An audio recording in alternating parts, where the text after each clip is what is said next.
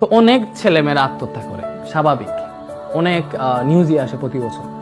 তো যারা আত্মহত্যা করে বা একটা ছেলে, আপনার সন্তান আপনার কাছ থেকে চলে গেল শুধুমাত্র এই রেজাল্টের জন্য, আপনি হয়তো তাকে অনেক বেশি ধমকাইছেন বা তার সঠিক সময়ে পাশে থাকেন, বাট আপনি চিন্তা করেন একটা স্টুডেন্ট কখনো কি সে নিজে চাইবে খারাপ রেজাল্ট করতে?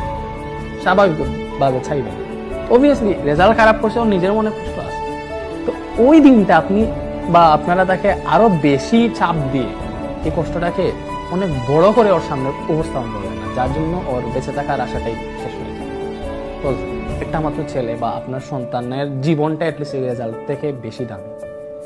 একবার যদি হারাই ফেলেন তাহলে রেজাল্ট তো আর পাবেন না, সারা জীবনের জন্য সন্তানকে হারাবেন। সেই জন্য আমি বলবো পিতামাতা যারাই আছেন আপনারা কাইন্ডলি প্লিজ আপনাদের সন্তানদের পাশে থাকবেন।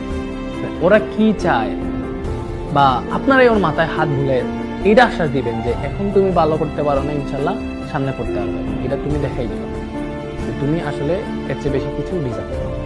এই জিনিসটা যদি আপনি ওর মাথায় হাত রেখে বলতে পারেন, আমার বিশ্বাস ও সামনে ভালো কিছু করে দেয়।